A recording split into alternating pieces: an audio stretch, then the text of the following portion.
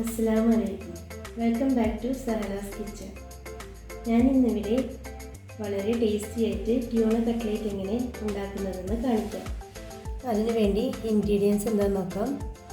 ആദ്യമായി ഉരുളൻകിഴങ്ങ് 4 എണ്ണം ഉപ്പും മഞ്ഞൾപ്പൊടിയും ചേർത്ത് വേവിച്ച് എടുത്തിട്ടുണ്ട്. 2 സവാള ചെറുതായി അരിഞ്ഞത്, 6 അല്ലി വെളുത്തുള്ളി ചെറുതായി അരിഞ്ഞത്, 2 പച്ചമുളക് ചെറുതായി കട്ട് ചെയ്തത്, കുറച്ച് മല്ലിച്ചപ്പ് ചെറുതായി അരിഞ്ഞത്. കട്ട്ലേറ്റ് ഉണ്ടാക്കാനായി ഞാനിവിടെ ട്യൂണയാണ് എടുത്തിട്ടുള്ളത്.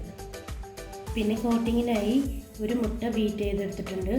കുറച്ച് ബ്രെഡ് ക്രംസും എടുത്തിട്ടുണ്ട്. ഇതെങ്ങനെ തയ്യാറാക്കുമെന്ന് നോക്കാം. മസാല വഴറ്റാനായി ഒരു പാൻ എടുത്ത് കുറച്ച് എണ്ണ ഒഴിക്കുക. എണ്ണ ചൂടായി വരുമ്പോൾ നമ്മൾ അരിഞ്ഞു വെച്ചിരിക്കുന്ന സവോള ചേർക്കുക.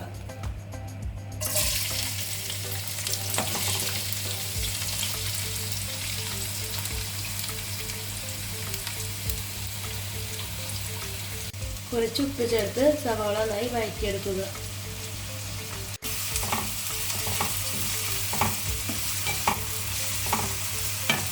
സവാള കുറച്ച് വഴന്നു വരുമ്പോൾ അരിഞ്ഞു വെച്ചിരിക്കുന്ന വെളുത്തുള്ളിയും പച്ചമുളകും ചേർക്കുക.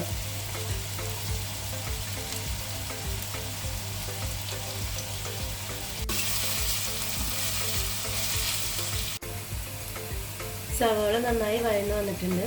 ഇനി സ്പൈസസ് ചേർക്കാം. 1/4 ടീസ്പൂൺ മഞ്ഞൾപ്പൊടി, 1/4 ടീസ്പൂൺ കുരുമുളക് പൊടി, 1/4 ടീസ്പൂൺ മുളക് പൊടി, 1/4 ടീസ്പൂൺ ഗരം മസാല ചേർക്കുക. എന്നിട്ട് നന്നായി ഇളക്കി കൊടുക്കുക.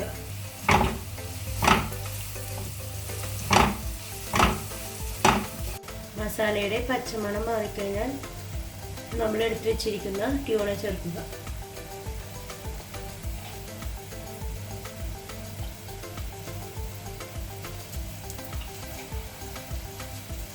മൂന്ന് സ്പൂൺ ട്യൂണയാണ് ചേർത്തിട്ടുള്ളത്.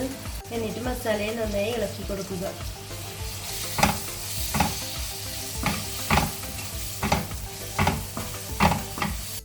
രണ്ട് മിനിറ്റ് ഒന്ന് ട്യൂണ വേവിച്ചെടുക്കുക. മസാല കുക്കായി വന്നു കഴിഞ്ഞാൽ മല്ലിയില ചേർക്കുക.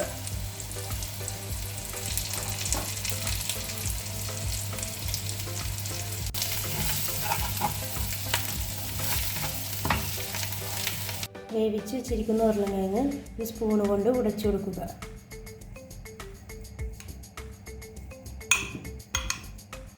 തയ്യാറാക്കി വെച്ചിരിക്കുന്ന ട്യൂണ മസാല ഉരുളക്കിഴങ്ങിലേക്ക് ചേർക്കുക.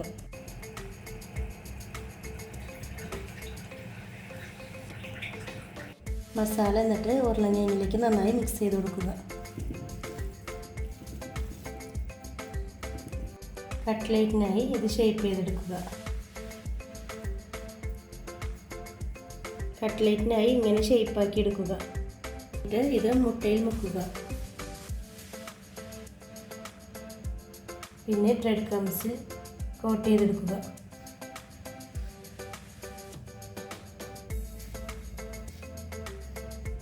ഇതുപോലെ ഓരോന്നും ഷേപ്പാക്കി എടുക്കുക. ഇനി ഇതെങ്ങനെ ഫ്രൈ ചെയ്യാമെന്ന് കാണിക്കാം. അതിനായി ഒരു ഫ്രൈങ് പാൻ എടുത്ത് ഓയിൽ ചേർക്കുക. ഓയിൽ ചൂടായി വരുമ്പോൾ നമ്മൾ തയ്യാറാക്കി വെച്ചിരിക്കുന്ന കട്ട്ലേറ്റ് ചേർക്കുക.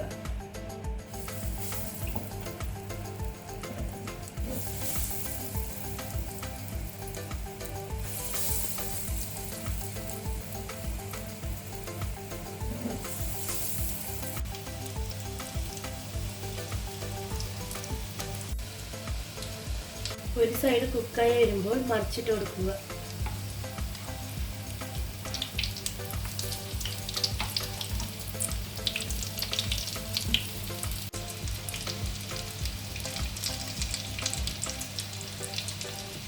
ഇപ്പോൾ നമ്മൾ കട്ട്ലേറ്റ് കുക്കായി വന്നിട്ടുണ്ട്. ഇതുപോലെ എല്ലാം ചെയ്തെടുക്കുക. ഇപ്പോൾ കട്ട്ലേറ്റ് റെഡി ആയിട്ടുണ്ട്.